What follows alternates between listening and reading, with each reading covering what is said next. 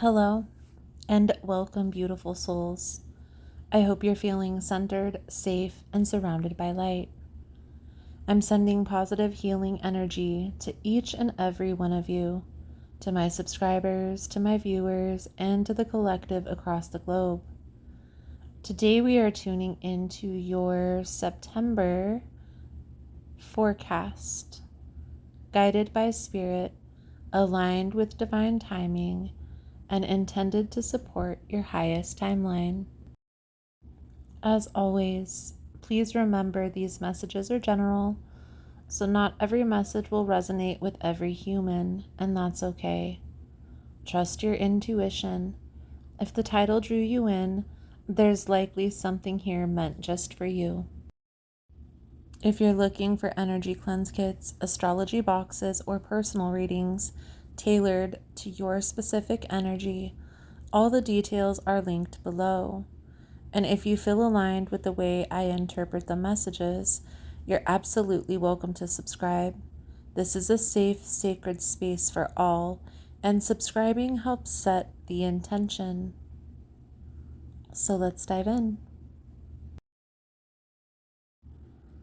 This month is a sacred pause, a shift, or a soul check-in.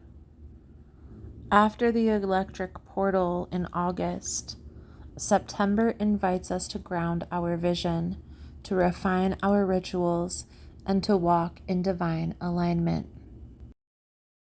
We are heading into Virgo season, the priestess of purification, embodiment, and structure. And as the sun moves into Libra later this month, we're being called to return to balance, especially in our relationships, our self-care, and the way we show up for our calling. Here's the truth. The harvest is ready, but we don't harvest in chaos. We harvest in clarity. So ask yourself, what needs to be cleaned up? What needs to be let go of? And what are you finally ready to receive with an open and ready heart? With the new moon in Virgo, the full moon in Pisces, and Mercury going direct, the energy is supporting you in healing, in realignment, and in stepping into your purpose, not from force, but from flow. So this month is less about rushing forward and more about anchoring in. You're already ready. You already have the vision. Now it's time to embody it. So get cozy, light a candle, and let's step into this month with intention, power, and grace. So let's dive in for Gemini and see what is going to come out for you for your tarot for the month of September. Astrologically, for Gemini this month, focus on creativity and be open to new connections.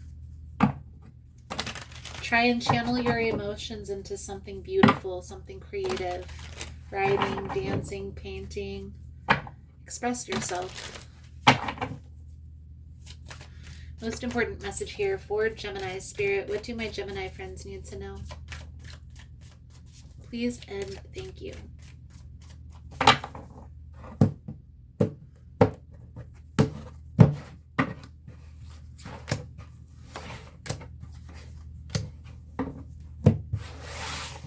Ace of Pentacles, Hierophant with the Nine of Cups.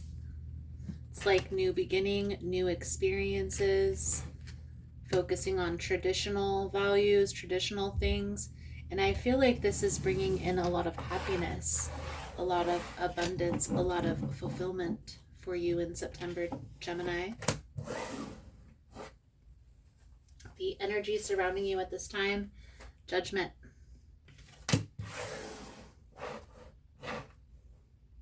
Are you on the right path? The Hanged Man. the main challenge here is the Page of Cups.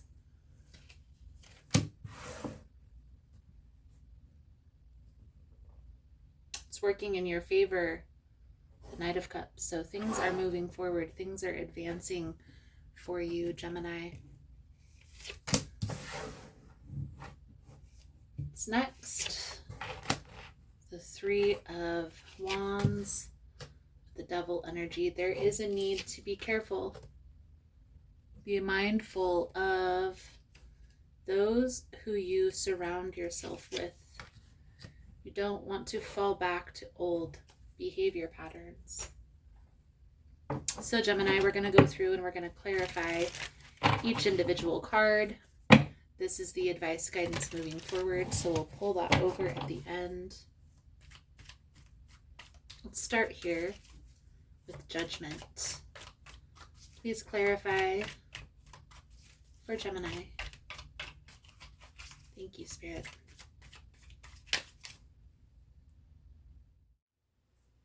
Hey guys, so if you find the messages helpful, if it's resonating for you, please give it a thumbs up. And also, if you like the vibe, how I interpret the cards, you're more than welcome to subscribe to the channel. Everyone's always welcome here, and it does help to set intentions for future messages. So let's get back to the reading. So the Judgment energy is clarified by the Nine of Cups, Four of Wands. And this tells me that you're at a gateway. You're at the precipice of moving forward into a new phase in your life. And I feel like this transition wasn't easy. It took a while to get to this point. I definitely feel like there is some lessons that you're learning through this process. So this Hanged Man, Gemini, is telling you to take your time here. Make sure that you absorb all the energy that you, even if it's difficult, don't try to rush through things, okay? Take your time here. Pretty soon there's going to be a lot of options coming your way, and I do feel like this has to do with relationships. And so that's why it's loud and clear for you to be open to new connections. Whatever move that you're making, whatever transition that's going on in your life, you are making the right decision. You are on the right path. So trust the process here. Let's clarify the Page of Cups for Gemini's energy. Okay, so the next step, Gemini, is going to be for you to make a plan.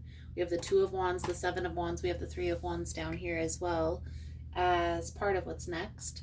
So part of the challenge here is there's a need to get crystal clear on what it is that you will and won't accept moving forward in relationships. And so that's something that you need to be paying attention to right now. When you meet a person, what is it about that person that you enjoy? What is it about that person that puts you off or rubs you the wrong way? Take note so that way you can move forward knowing, okay, this is something that I enjoy in a person. This is something I can live without. The Knight of Cups energy is a message. I feel like there's somebody from your past that's about to try to re-enter into your life, and this is a warning message from Spirit. So let's clarify the Knight of Cups energy.